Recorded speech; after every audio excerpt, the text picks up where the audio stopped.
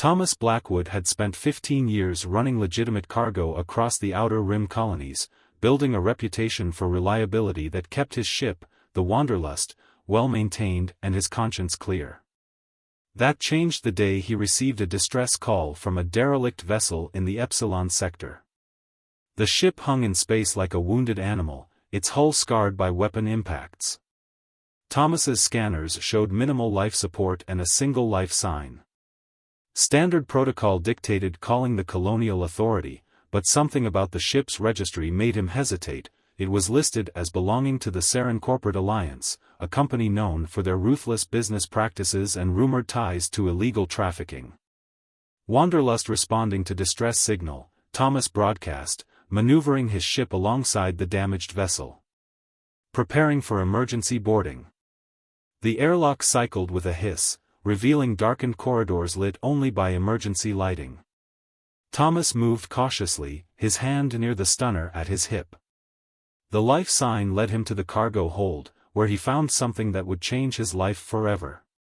She stood in a stasis field, her crystalline skin reflecting the dim emergency lights in rainbow patterns.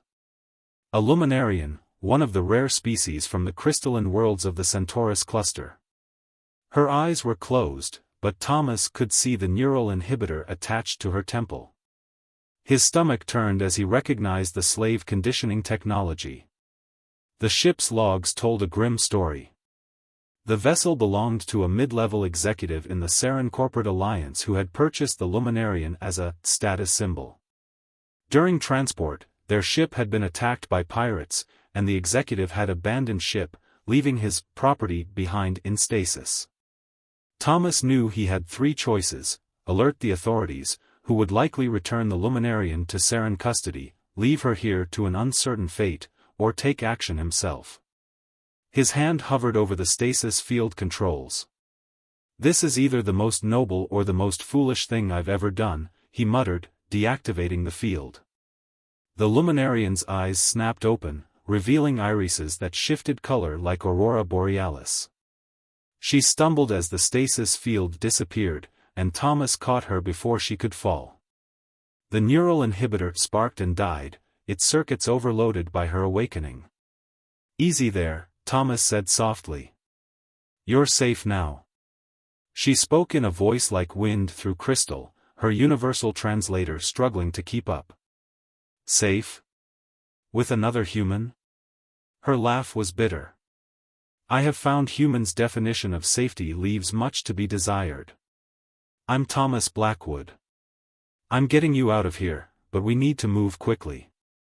Pirates could return any minute." She studied him with those shifting eyes. "I am called Naira. Why would you help me?" "I am valuable property." "Because where I come from, people aren't property," Thomas replied, helping her toward the airlock. "And I'm not looking to own anyone." Back aboard the Wanderlust, Thomas set course for the outer colonies, where corporate influence was weaker. Naira watched him from the co-pilot's seat, her crystalline form tense with distrust. "You realize," she said after a long silence, "that by helping me escape, you have made yourself a criminal in the eyes of your corporate law?" Thomas smiled grimly.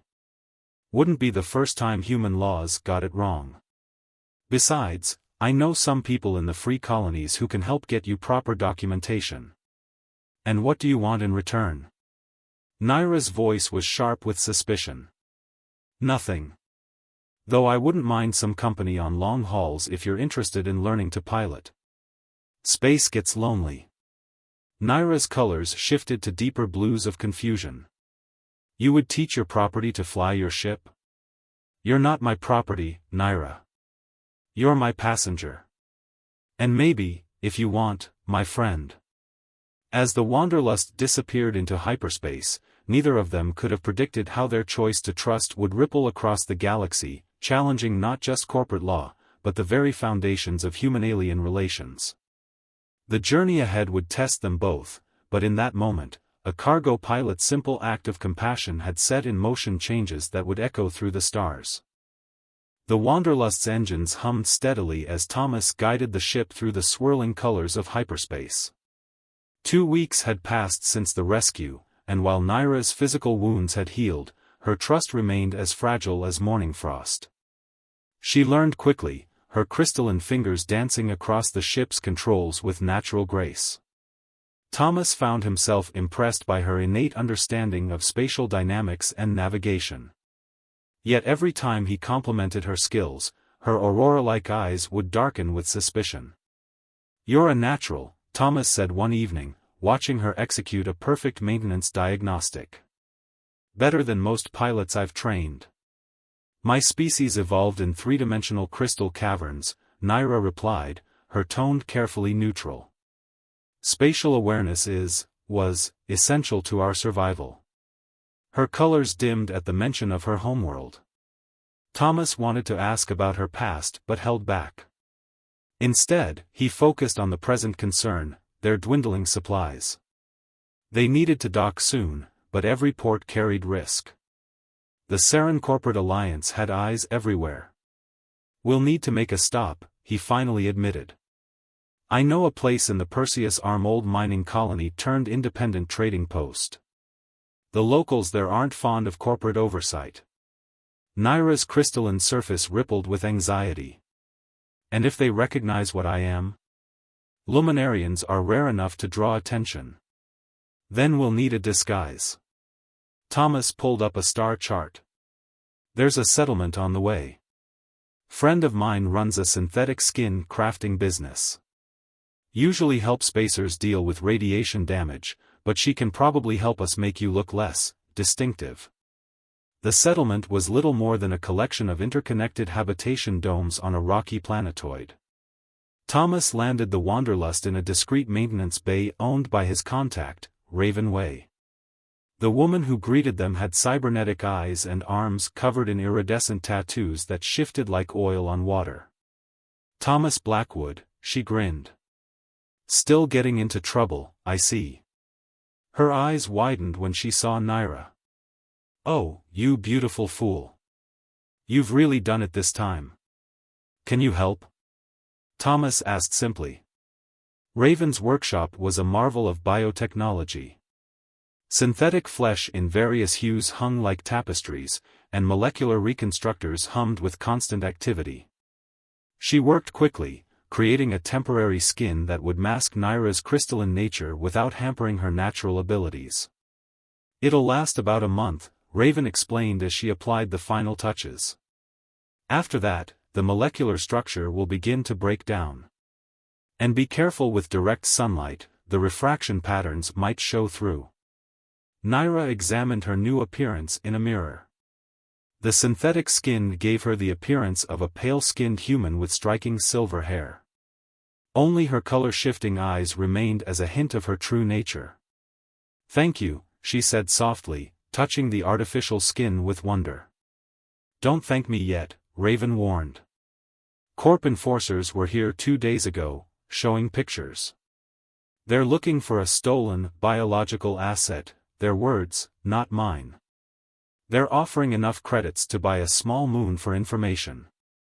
Thomas felt his jaw tighten. "Any leads on who might be interested?" "Everyone with debts and loose morals," Raven sighed. "Which is about half the sector. You need to be careful, Thomas. This isn't like smuggling banned books or medical supplies. The Corps take their property rights seriously." "I'm not property," Naira said sharply, her new skin failing to hide the angry flush of colors beneath. "No, you're not," Thomas agreed. "And we're going to prove it." They left Raven's settlement with new identities, better supplies, and a growing sense of urgency. The corporate net was tightening, and they needed to reach the free colonies before it closed completely. That night, as the Wanderlust cruised through the star-scattered void, Naira joined Thomas in the ship's small observation dome. They sat in comfortable silence, watching distant suns burn against the velvet dark. "Why did you really help me?" Naira asked suddenly. "The truth this time." Thomas considered the question carefully. "Because 15 years ago, I watched Corps enforcers take my sister's children away because she couldn't pay her citizenship maintenance fees. Corporate law said they were company property since she worked in a company town. I never saw them again. He turned to meet her shifting gaze. I guess I got tired of watching people be treated like things. Naira's colors swirled with complex emotions. Your sister, what happened to her? She disappeared into the corporate rehabilitation system. Official records say she had a psychological breakdown and was humanely processed. His voice was tight with old pain. I'm sorry, Naira said softly, and for the first time, she reached out to touch his hand. Her synthetic skin was warm, but he could feel the crystalline hardness beneath. Among my people, we have a saying, the strongest crystals grow in darkness. Perhaps that is true of other things as well. The moment was shattered by a proximity alarm. Thomas rushed to the cockpit, Naira close behind. The sensors showed 3 ships dropping out of hyperspace, corporate security vessels, their weapons already hot. Hold on, Thomas growled, engaging the Wanderlust's engines. This is where the real flying begins. The Wanderlust dove through an asteroid field, engines screaming as Thomas pushed them well beyond their rated capacity. Behind them, the 3 corporate security vessels split up, trying to box them in. Naira's fingers flew across the navigation console, plotting the fastest escape route through the tumbling rocks. 2 degrees port, she shouted. Thomas responded instantly, nudging the ship sideways as a massive asteroid tumbled through their previous position. The pursuing ships weren't as agile, one of them clipped the rock, sending it spinning away with damaged shields. We can't outrun them forever, Thomas said through gritted teeth. We need a plan. Naira's eyes flickered with sudden inspiration. The Meridian Nebula. It's only 2 light-years from here. Thomas shot her a quick glance. The radiation would fry our sensors. Yes, she agreed, her synthetic skin barely containing the excited shimmer of her crystalline form. But my people evolved in high radiation environments. I can navigate it by sight alone. It was insane, dangerous, and exactly the kind of impossible move that might save their lives. Thomas didn't hesitate. Plot the course.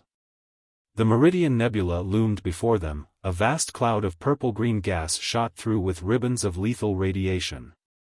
Thomas felt sweat bead on his forehead as they plunged into the glowing maze. True to her word, Naira called out directions with unwavering certainty, her color-shifting eyes reading patterns in the nebula that human sensors couldn't detect. Behind them, 2 of the corporate vessels pulled back, unwilling to risk the radiation. But the 3rd followed, its captain either brave or foolish. The nebula's energy began eating away at their shields, alarms blaring throughout the ship. Thomas, Naira said softly, there's something I need to tell you. Her voice carried an urgency he'd never heard before. Kind of busy right now, he replied, wrestling with the controls as another radiation surge buffeted the ship. My people, the Luminarians, were not just crystalline in form. We're living processors. Each of us carries the capacity to store and analyze vast amounts of data. She paused, her colors swirling with anxiety. The real reason the corporations want us? We can interface directly with their quantum systems. Break any encryption. Access any database. Thomas's mind raced. That's why they're pushing so hard to find you. You're not just an escaped slave, you're a security breach waiting to happen. Yes. And I've already used that ability. While they held me, I accessed their systems. I know things, Thomas. Things that could tear the corporate alliance apart. Her voice hardened. Things about what really happened to your sister's children. The pursuing ship chose that moment to fire, a lucky shot that clipped their port engine.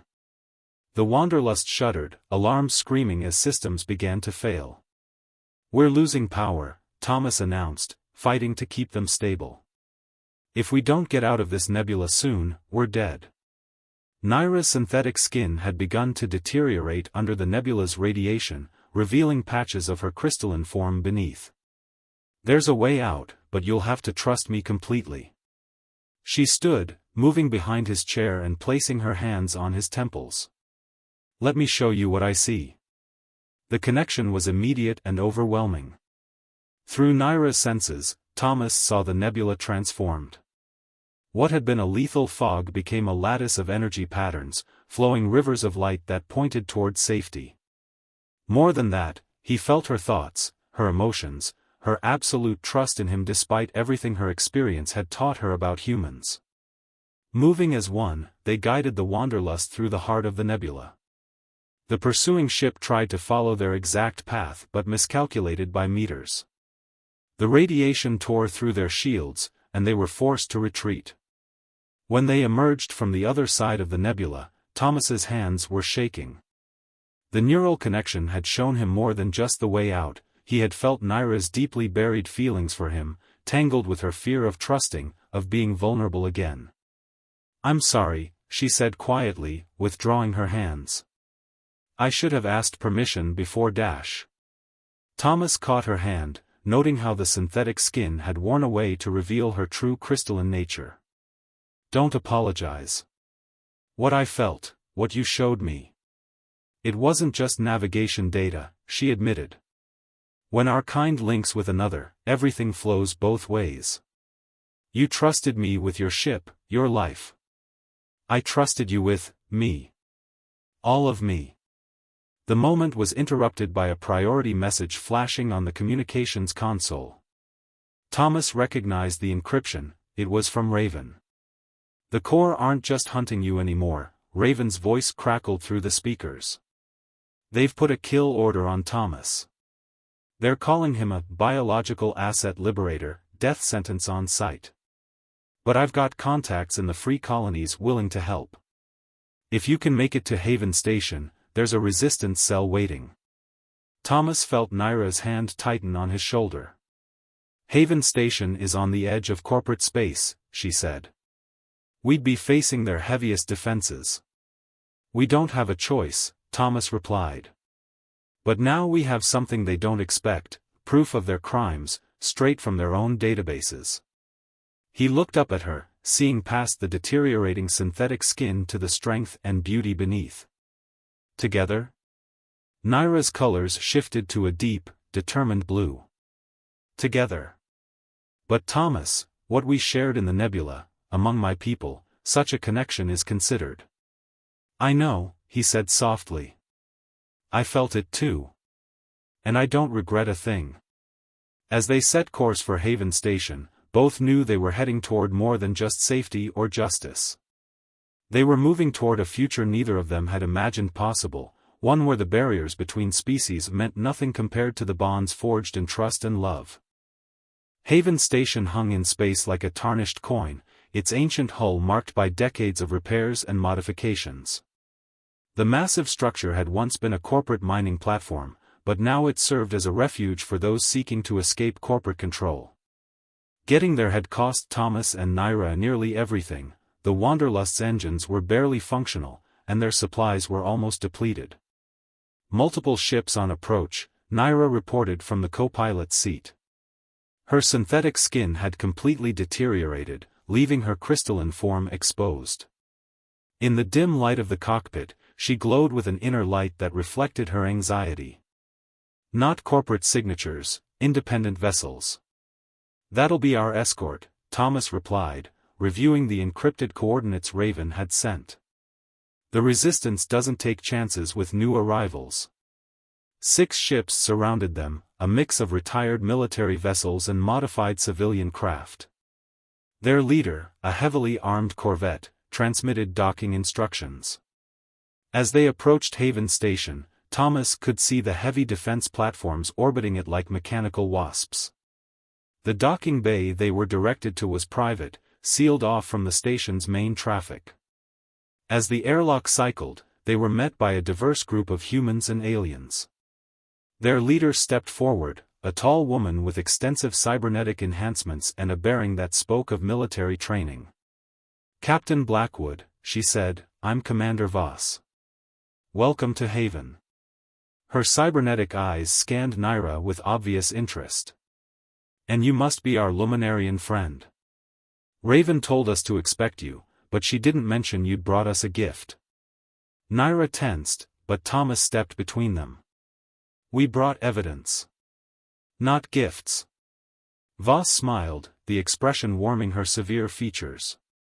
Poor choice of words. My apologies. Please, follow me. We need to move quickly, our intelligence suggests the Corps know you're heading this way. They were led through narrow corridors to a secure command center. Screens showed sensor data from across the sector, and dozens of operators monitored communications channels. Voss gestured to a secure terminal. If you have data that can hurt the Corps, now's the time. Naira approached the terminal hesitantly.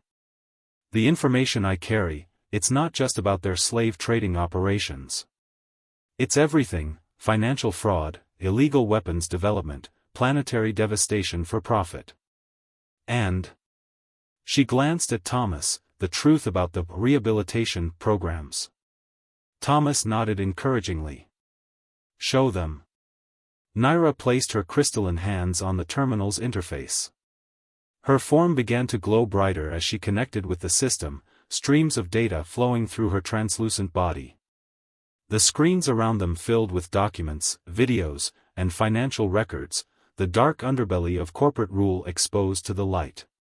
This is more than we ever hoped for, Voss breathed, watching the data pour in. With this, we could dash. The station's alarms cut her off. Red emergency lights began flashing as sensors detected multiple ships dropping out of hyperspace. Corporate strike fleet, an operator announced.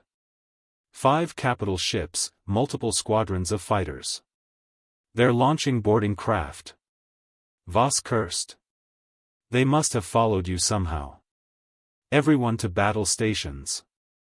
Get that data backed up and transmitted to our other cells. It's not complete, Naira said, her voice strained. I need more time to transfer everything. How long? 10 minutes, maybe 15. Voss checked the tactical display. They'll breach our outer defenses in 8. We'll hold them as long as we can, but you should consider dash. No, Thomas interrupted. No more running. He turned to Naira, taking her crystalline hands in his. Keep working. I'll buy you time. Thomas, no, Naira's colors swirled with fear. You're not a soldier. But I am a pilot. He smiled, touching her faceted cheek. And the Wanderlust has one good flight left in her. Understanding dawned in Naira's aurora eyes. You can't. The engines are barely functional. It would be suicide. Trust me, he said softly. Like you did in the nebula. Before she could protest further, he kissed her. The sensation was strange, crystal meeting flesh, but in that moment, neither of them cared about the differences between their species. Commander, Thomas said, pulling away reluctantly, get me to my ship. The next few minutes were a blur of activity. The Wanderlust's remaining power was diverted to weapons and engines, safety systems disabled to squeeze out every bit of performance. As Thomas prepared for launch, Voss's voice came over the comm. We're flooding the cargo holds with fuel cells, she said. One good hit and... I understand. Thomas watched the tactical display as corporate forces approached. Their formation had a weak point, the command ship hanging back, coordinating the assault. If he could reach it. Thomas. Naira's voice, tight with emotion. The data transfer is at 60%. I need 10 more minutes. You'll have them. He engaged the engines, feeling the Wanderlust shudder around him. Naira, what we shared. I've never felt anything like it. Among my people, she replied softly, we have a word for when two crystals grow together, becoming stronger than either could be alone. We call it heart fusion. I didn't think it was possible with a human, but... Tell me the word when I get back, Thomas said, and launched into the battle. The Wanderlust moved through space like a wounded predator, weaving between corporate fighters with desperate grace. Thomas pushed the ship beyond its limits, each maneuver bringing him closer to the corporate command vessel. Behind him, Haven Station's defenders fought with fierce determination, but they were gradually being pushed back by superior numbers. Data transfer at 80%, Naira's voice came through the static-filled comm. "Thomas, the command ship is deploying some kind of energy web." He saw it spreading before him, a net of crackling energy designed to disable smaller vessels. The corporate forces were trying to take him alive, probably hoping to make an example of him. Thomas allowed himself a grim smile as he diverted power from life support to engines. "Commander Voss," he called, "I'm going to need a hole in that web. Something big enough for a ship moving at maximum burn." "Understood." Voss's voice was clipped. "Missile batteries, target coordinates being transmitted. Fire on my mark." The Wanderlust sensors screamed warnings as its overtaxed systems began to fail. The temperature in the cockpit rose as cooling systems shut down, but Thomas barely noticed. His world had narrowed to the target ahead and Naira's voice in his ears. 90%, she reported. "Thomas, their web is nearly complete. You need to turn back." "Not yet." He watched as Haven Station's missiles streaked toward the energy web. "Almost there." The missiles detonated in a synchronized pattern, creating a brief gap in the corporate defenses. Thomas drove the Wanderlust forward, feeling the ship shake as energy tendrils scraped against its hull. Warning lights flashed across every console as systems failed one by one. "Transfer complete." Naira's cry of triumph was almost lost in the static. "Thomas, I did it. All the data is saved. Come back to me. Please." The command ship loomed ahead, its massive bulk finally in range. Thomas thought of Naira's crystalline touch, of the moment they had shared in the nebula, of all the futures they might have had. "Naira," he said softly, "there's something humans say when we know we've found our other half. I love dash." The transmission cut off as the Wanderlust's communications system failed. Thomas watched silently as the distance to the command ship dropped to zero. The last thing he saw was the corporate vessel's hull rushing up to meet him. The explosion lit up the sector like a newborn star. On Haven Station, Naira screamed as she felt the echo of the impact through their lingering connection. Her crystalline form pulsed with grief and rage as she watched the corporate command ship break apart, its destruction triggering a chain reaction through the energy web that disabled half the attacking fleet.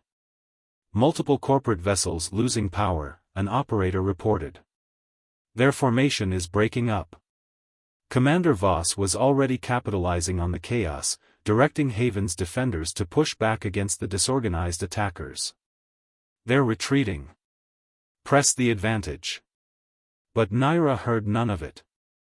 Her world had contracted to a single point of loss, her colors dulled to a deep, morning blue. She didn't notice Commander Voss approaching until the woman spoke. "The data you provided is already spreading across the free colonies," Voss said quietly. "Corporate stock prices are crashing as the evidence goes public. Their grip on power is breaking." She paused. "He gave us a chance at real change." "He gave me everything," Naira whispered. "Maybe not everything yet," a new voice said. They turned to see Ravenway standing in the doorway, looking battered but triumphant. "You should see what we just pulled from a corporate escape pod." Thomas was unconscious, badly burned, and barely breathing, but alive. He had ejected at the last possible moment, his pod caught in the same power disruption that had disabled the corporate fleet. As medical teams worked to stabilize him, Naira kept a constant vigil, her crystalline form glowing with renewed hope. 3 weeks later, Thomas opened his eyes to find himself in Haven Station's medical bay. The first thing he saw was Naira's face, her crystal features refracting the soft light into countless rainbow patterns. "The word you wanted," she said, taking his hand, "the one for when two crystals grow together." It's Soulshine. Thomas tried to speak, but she placed a gentle finger against his lips. Rest. We have time now. The corporate fleet retreated to deal with the chaos your sacrifice caused. The data we recovered, it didn't just expose their crimes. It showed us where they're keeping others like me. Where they hide all their victims. Her colors shifted to a determined gold. Including your sister's children. How many? Thomas managed to ask. Thousands. And we're going to free them all. She squeezed his hand. But first, you need to heal. I'm not facing another corporate fleet without the best pilot in the sector at my side. Thomas smiled weakly. Wouldn't dream of letting you go alone. We're heart-fused, remember? Soulshine, she corrected, her form glowing with joy. And yes, we are. Outside Haven Station's viewports, stars gleamed like scattered diamonds against the void. Somewhere out there, corporate power was crumbling as their crimes came to light. Rescue missions were already being planned, resistance cells activated, and a new future taking shape. But in that quiet medical room, none of that mattered as much as the simple fact of two beings from different worlds who had found something rare and precious in each other, the courage to trust, the strength to fight, and the love to light the darkness between stars.